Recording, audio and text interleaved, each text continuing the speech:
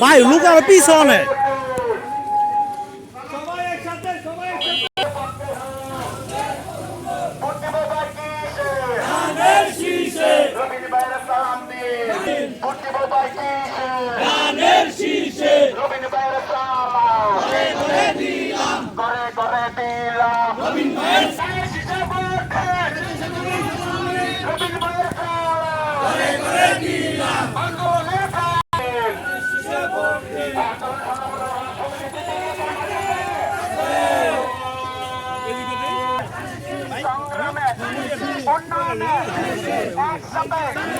আন্দোলনে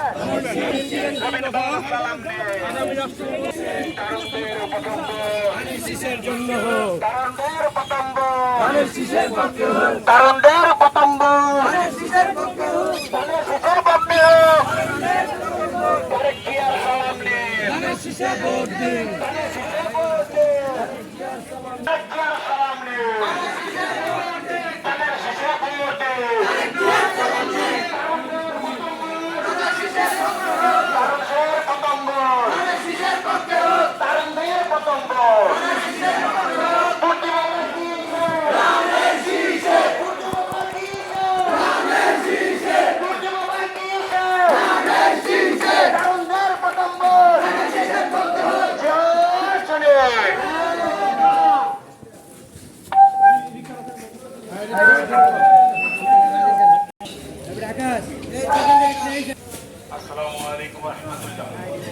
সংগ্রামী সাথী বন্ধুগণ,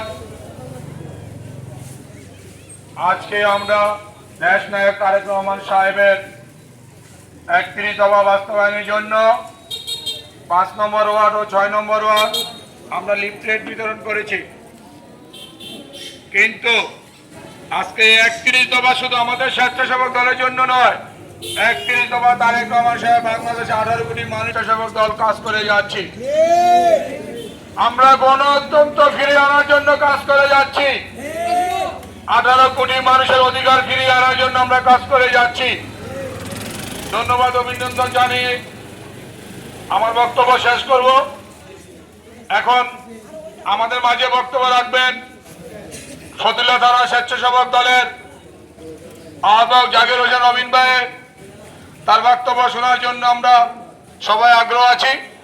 আমার বক্তব্য এখানে শেষ করলাম। বাংলাদেশ জিন্দাবাদ, বাংলাদেশ জাতীয়বাদী দল জিন্দাবাদ। আল্লাহ হাফেজ।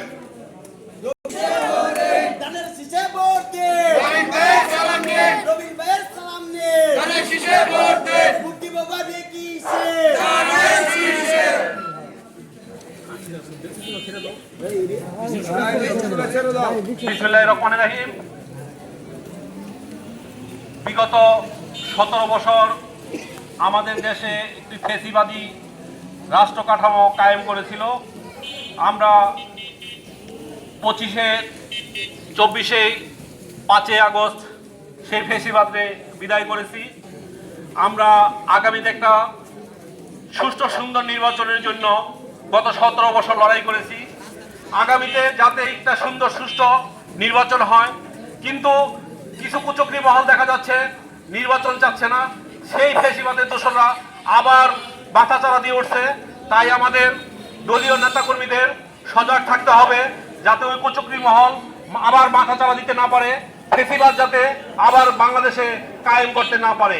আমরা যাতে আবার পাশের একটা দেশের প্রভু না হয়ে আমরা নিজেরা স্বাবলম্বী হয়ে দেশ চালাতে পারি। আগামীতে আমরা সুষ্ঠু সুন্দর একটা নির্বাচনের জন্য আমাদের ভারপ্রাপ্ত চেয়ারম্যান জনাব তারেক রহমান ৩১ দফা মানুষের কাছে বিলিয়ে দেওয়ার জন্য আমাদের তারিখিয়ায় ভারপ্রাপ্ত চেয়ারম্যান তারিখিয়া লিফলেট বিতরণ কর্মসূচি হাতে নিয়েছে।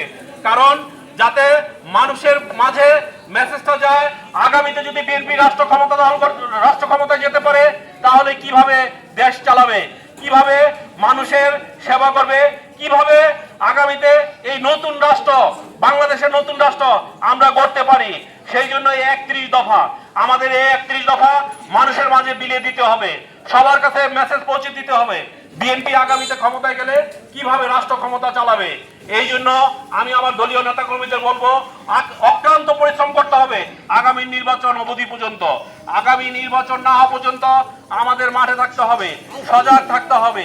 এই জন্য যা যা করণীয় আমাদের নেতা কর্মীদের সবসময় সজাগ থাকতে হবে। এই বলে আমি আমার বক্তব্য শেষ করছি। আল্লাহ হাফেজ। বাংলাদেশ জিন্দাবাদ। বাংলাদেশ জাতীয়তাবাদী স্বেচ্ছাসেবক দল জিন্দাবাদ।